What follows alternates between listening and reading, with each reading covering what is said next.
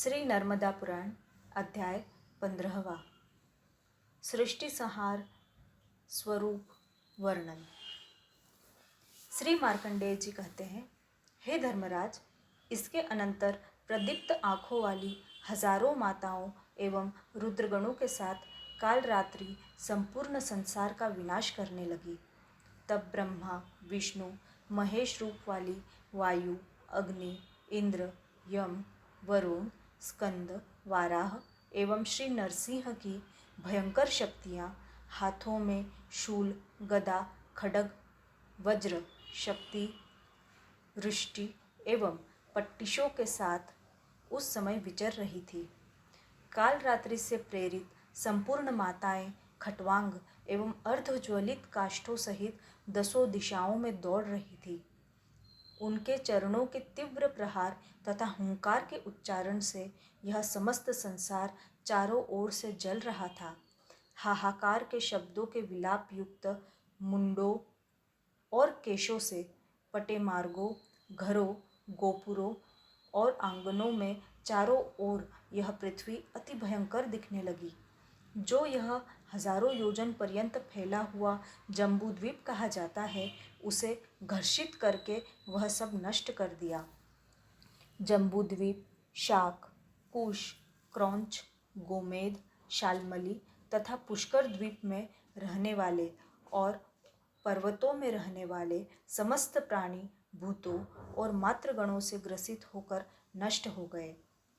मांस, चर्बी, वसा से भरे हुए बड़े बड़े सुराग के कपालों वाले, मदिरा की गंध से मोहित भयंकर मातृगणों एवं भूतगणों से युक्त, हजारों ज्वालाओं से व्याप्त बिजली के समान प्रकाशित कुंडल धारण किए हुए, रक्त की धारा से लाल अंगों वाली माताएं भयंकर महामास एवं वसा से प्रेम रखने वाली, रक्त पीती हुई, हाथ में कपाल खप्पर लिए हुए, देव दानवों को चबाती हुई, विकट वेश धारण किए हुए नाचती हुई तीनों लोगों को भय दे रही थी।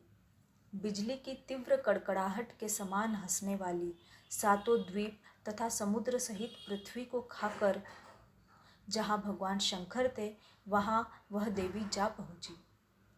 वहाँ मातृगणों के साथ नर्मदा के तट पर निवास किया। देवों के शरीर रूपी ऊंचे तटों पर प्रसन्न मुख होकर वह नाचने लगी। हे श्रेष्ठ राजन, जिससे यह पर्वत छिन्न भिन्न अस्थि समूह एवं वसा, मेदा आदि तथा कटे हुए शरीरों से व्याप्त था, अतः योग्य पुरुषों द्वारा रचित होने से नित्य ही वहाँ पार्वती के साथ शंकर जी स्थित है। तब मैं वहाँ नियम युक्त हो उनके चरणों के आगे स्थित हो गया। तदंतर ताल दे देकर उछलने वाले गणों, मातृगणों के साथ श्री शंकर जी मृत्यु के साथ परम प्रसन्न होकर नाचने लगे। खट्वांग अर्धज्वलित काष्ठों, पट्टिशों तथा परिघों को लिए हुए वामन, बहुत छोटे जटाधारी, मुंड, लंबी ग्रीवा, ओठ और केश वाले गण, मांस, मेदा, वसा आदि हाथ में लिए झुंड के झुंड नाचने लगे। बड़ी मूत्रेंद्रिय, बड़े पेट और भुजा वाले वे भयंकर विरूप मुखों वाले नाचने और हंसने लगे। विपरीत समय होने पर उसे उतना ही दुखमय बना दिया। उनके बीच में जगत को परम भय देने वाले महाभयंकर बिजली के समान पीले केश वाले नाच रहे मृत्यु को मैंने देखा।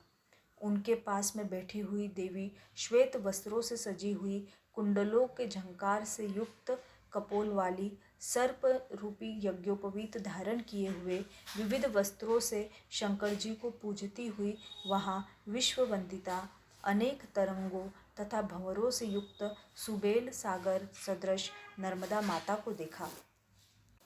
वहाँ बड़े तालाबों एवं नदी के पटने से अदृश्य रूप और दृश्य रूप वाली थी।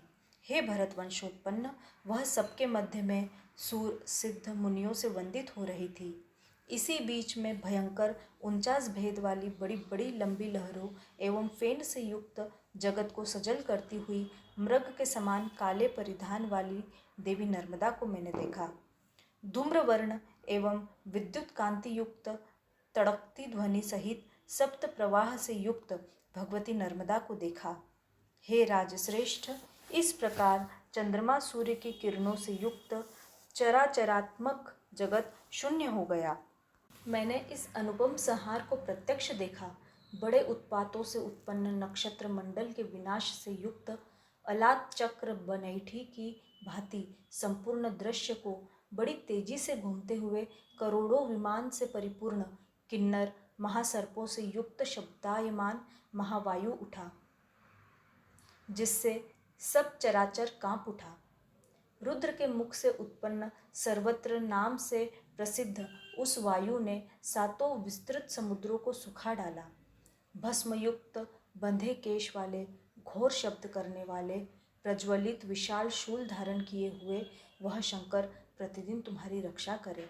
कपालों की माला कंठ में पहने हुए, महासर्प रूपी सूत्रों से बद्ध केश वाले सूत्रधारी, पिनाक पाणी कवच किरीट धारण किए हुए शंकर जी स्मशान की भस्म से सर्वांग में लिप्त थे। वह सर्पों से लिपटे अंगों वाले, गले में विष की नीलिमा, भाल में नेत्र रूप में अग्नि, मस्तक में चंद्र और गंगा से सुशोभित थे। पिनाक धनुष और खट्वांग से भयंकर हाथ वाले, व्याघ्र चर्म का परिधान धारण किए, डमरू का शब्द करते हुए श्री शंभु शोभायमान हो रहे थे।